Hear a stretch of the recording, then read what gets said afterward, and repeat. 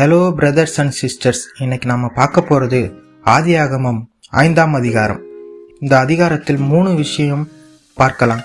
முதல்ல, மனுஷன் தேவனுடைய சாயலாக உருவாக்கப்பட்டான். இரண்டாவது, இந்த உலகத்தில் வாழ்கிற எல்லாருமே ஒரு நாள் இறக்கத்தான் போகிறோம். மூன்றாவது, ஒரு மனிதன் மட்டும் இறக்கவில்லை. பைபிளில் 200, 300, 800 வருஷத்துக்கு மேலே வாழ்ந்தவங்களும் இருக்காங்க. ஆனால் எல்லாருமே இறந்து தான் போனாங்க. நாமளும் அப்படிதான். நம்ம உடம்பை பத்திரமா பார்த்துப்போம், எக்ஸ்ட்ரா கேர் பண்ணுவோம். ஆனாலும் நாமளும் ஒரு நாள் இறக்கத்தான் போகிறோம் என்று எல்லாருக்கும் தெரிந்த உண்மைதான்.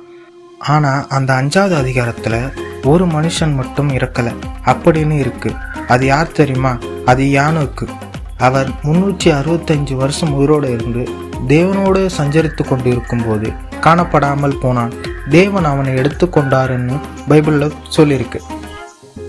அப்போ மற்றவங்க எல்லாம் நடக்கலையான்னு என்று கேள்வி நமக்குள்ளே வரும். இதற்கு பதில் எபிரேயர் 11ஆம் அதிகாரம் 5வது வசனம். விசுவாசத்தினாலே மரணத்தை காணாதபடிக்கு எடுத்துக்கொள்ளப்பட்டான். தேவனே அவனை எடுத்துக்கொண்டபடியினாலே அவன் காணப்படாமல் போனான் அப்படின்னு பைபிளில் இருக்கு. ஏசப்பா கூட அவர் நடந்ததுனால ஏசப்பாவுக்கு ரொம்ப பிரியமானவனாக இருந்ததால் ஆண்டவர் அவரை எடுத்துக்கிட்டார். நாமளும் இப்படி தான். என்னைக்கு இருந்தாலும் ஒரு நாள் இறக்க தான் போகிறோம்.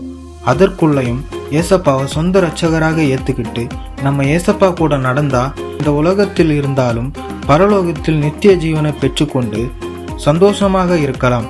நமக்காக அழியாத ராஜ்யம் இருக்கு. இன்றைக்கே இயேசுவினோடும் திரும்புவோமா? God bless you.